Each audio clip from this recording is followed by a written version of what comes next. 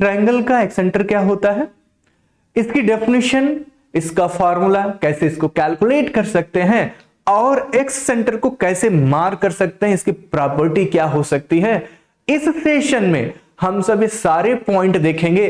साथ ही साथ में एक न्यूमेरिकल क्वेश्चन भी लेंगे और उस न्यूमेरिकल क्वेश्चन के थ्रू आपकी क्लियरिटी 100% हम आपको भरोसा दे सकते हैं कि एक्स सेंटर का डाउट इस 10 मिनट के सेशन के बाद आपके पास नहीं रहेगा। और यदि आपको इन सेंटर आता है तो एक्स सेंटर इन सेंटर के बीच का जो डाउट होता है या जो आपके पास यहां पर कॉम्प्लिकेशन क्रिएट होती हैं कि क्या इन सेंटर का फार्मूला एक्स सेंटर में यूज कर सकते हैं या एक्स सेंटर का इन सेंटर में, वो सब कुछ क्लियर होने वाला है। ठीक है, तो एक्स सेंटर का सबसे पहले हम सब डेफिनेशन देखेंगे। एक्स सेंटर क्या होता है ट्रायंगल का, देखिए अगर हम दो एक्सटर्नल बाइसेक्टर, अगर हम एक ट्रायंगल लें, उसके दो एक्सटीरियर एंगल लें, एक्सटीरियर एंगल को दो पार्ट में, इक्वल पार्ट में डिवाइड करें और एक इंटीरियर एंगल लें और उसको बाइसेक्ट कर दें, तो ये जो तीनों लाइन जहां पर इंटरसेक्ट करती हैं उसी को हम क्या बोलते हैं, एक्स सेंटर। यही उन्होंने बोला है, the point of concurrency of bisectors of two exterior and third interior angle, उसी को हम क्या बोलते हैं, उसी को हम एक्स सेंटर बोलते हैं। जब हम सब ट्रायंगल का इमेज बना के देखेंगे वहां पर और क्लियरिटी हो जाएगी आपको।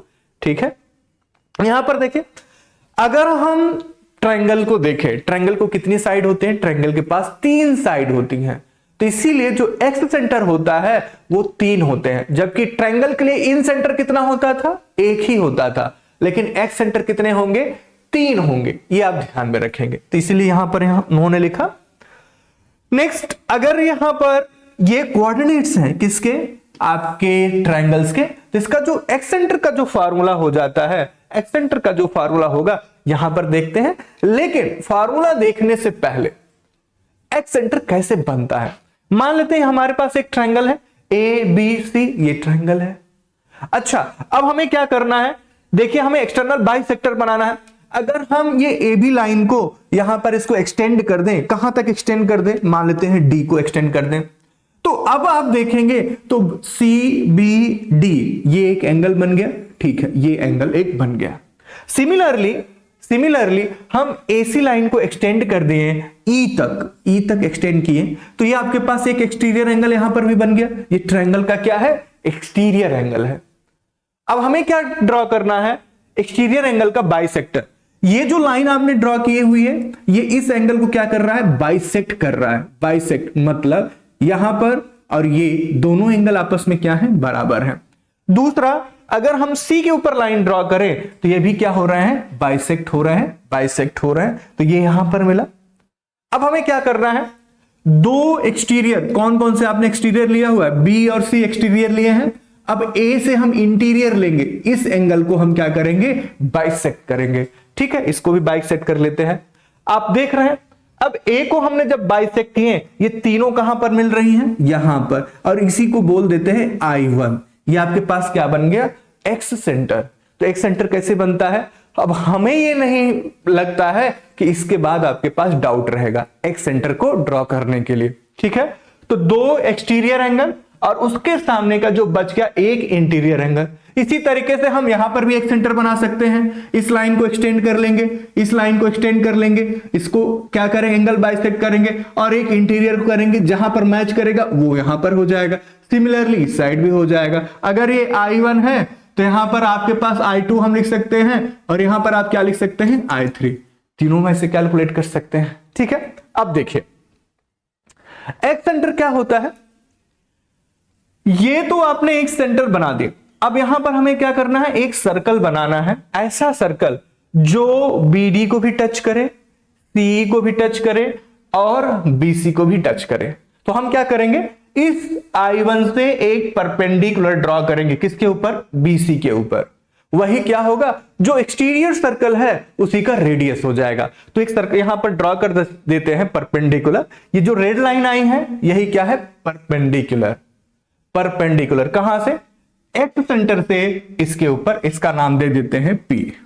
तो जो I1P है ये क्या है, परपेंडिकुलर किसके ऊपर, BC के ऊपर, BC के ऊपर। अब इसको रेडियस मान के ट्रायंगल ड्रॉ, सर्कल ड्रॉ करते हैं।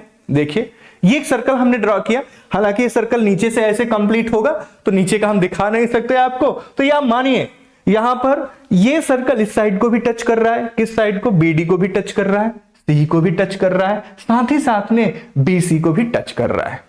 ठीक है, तो ये क्या हो जाएगा, एक्स सर्कल। ये क्या हो गया आपके पास, एक्स सर्कल। ये जो आपके पास जो सर्कल बना है ये क्या है, एक्सटीरियर सर्कल या एक्स सर्कल।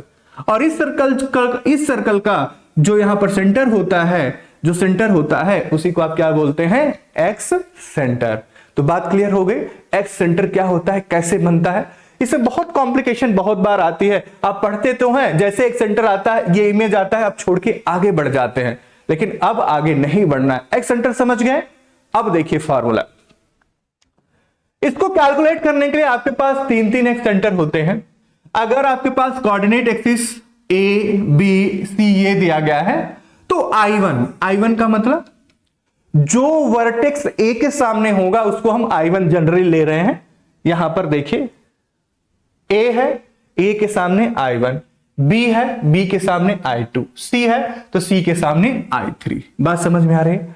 अच्छा, ए के सामने का लेंथ ए, बी के सामने की जो साइड है उसकी लेंथ बी, सी के सामने की साइड जिसकी लेंथ है वो सी हो जाएगी। इन वर्टेक्स की साइड की लेंथ भी आपके सामने है। देखिए सेम डिटो जैसे आपने इन सेंटर कैलकुलेट किया था, सेम फॉर्मूला है। अगर हम ये माइनस हटा दें यहां से, ये माइनस यहां से हटा दें तो ax1 plus bx2 plus cx3 a plus b plus c, यही तो इन सेंटर होता था। ठीक है, लेकिन हम वर्टेक्स a के सामने का साइड ले रहे हैं, वर्टेक्स a के सामने का एक्सिस कंसीडर कर रहे हैं, इसको कंसीडर कर रहे हैं तो a को क्या कर देंगे, माइनस कर देंगे। अगर हम ये एक्स सेंटर कैलकुलेट करें, ये किसके सामने है, ये a के सामने है तो लेंथ a को हम क्या करेंगे, माइनस करेंगे।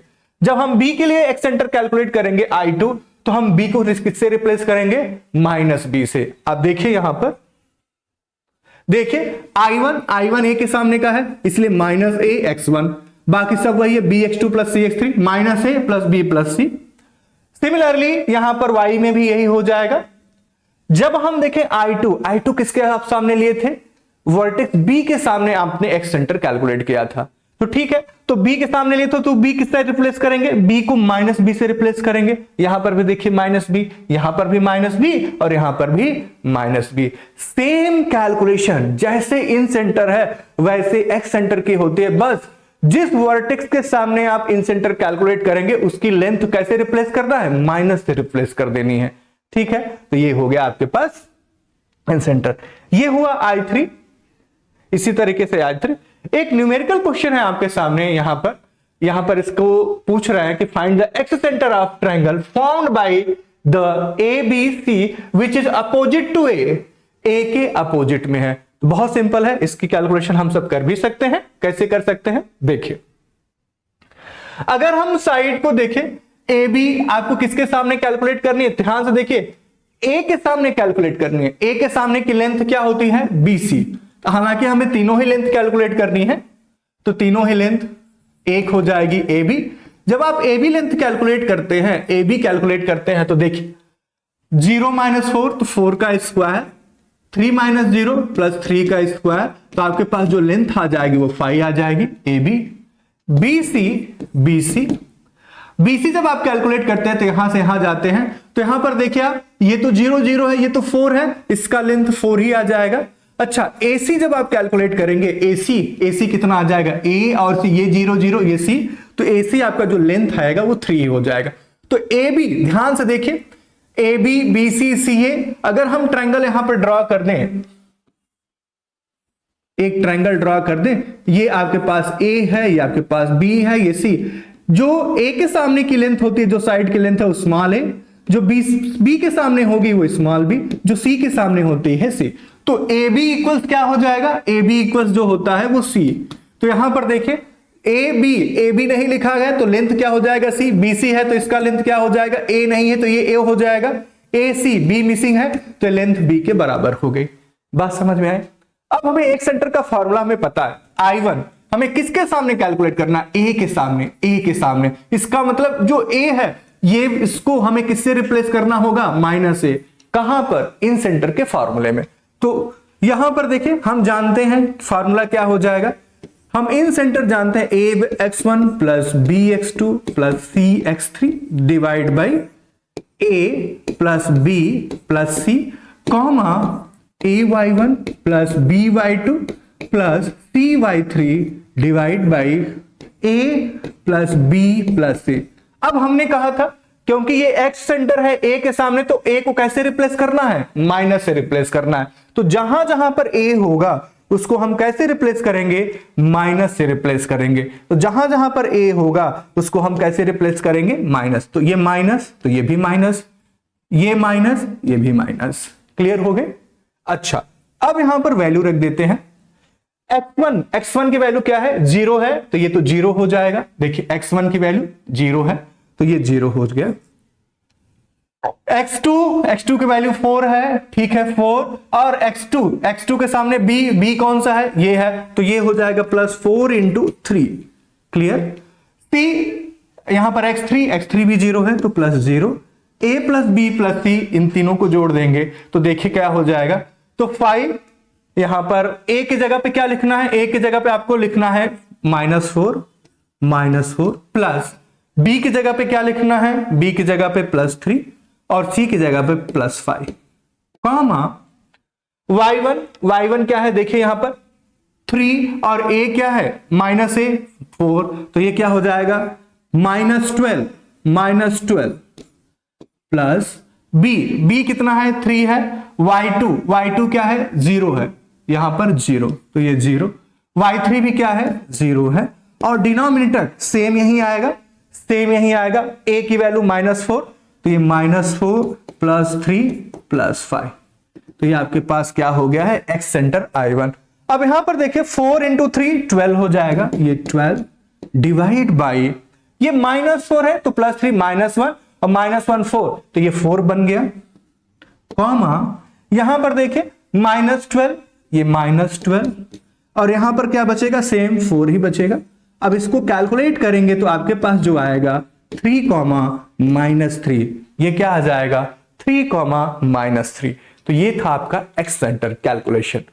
ठीक है, तो आपने इन सेंटर एंड एक्स सेंटर में बस एक ही डिफरेंस था जो आपने देखा, जबकि उसको हम जब ड्रॉ करते हैं तो ड्रॉ करने का तरीका बिल्कुल अलग है, उसको कैसे आपको ड्रॉ करना है ये भी आपने देखा।